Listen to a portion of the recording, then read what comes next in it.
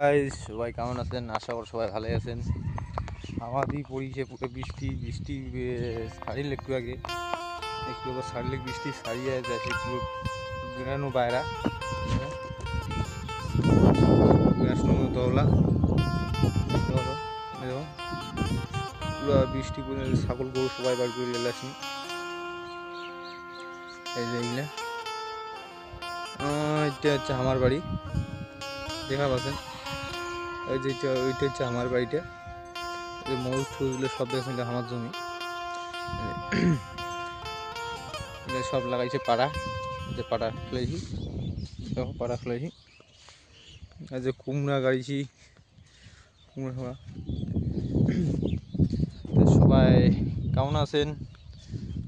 আশা করি সবাই ভালো আছেন। তো ঠিক আছে, নেক্সট ভিডিওতে দেখা আছে তোমার সাথে।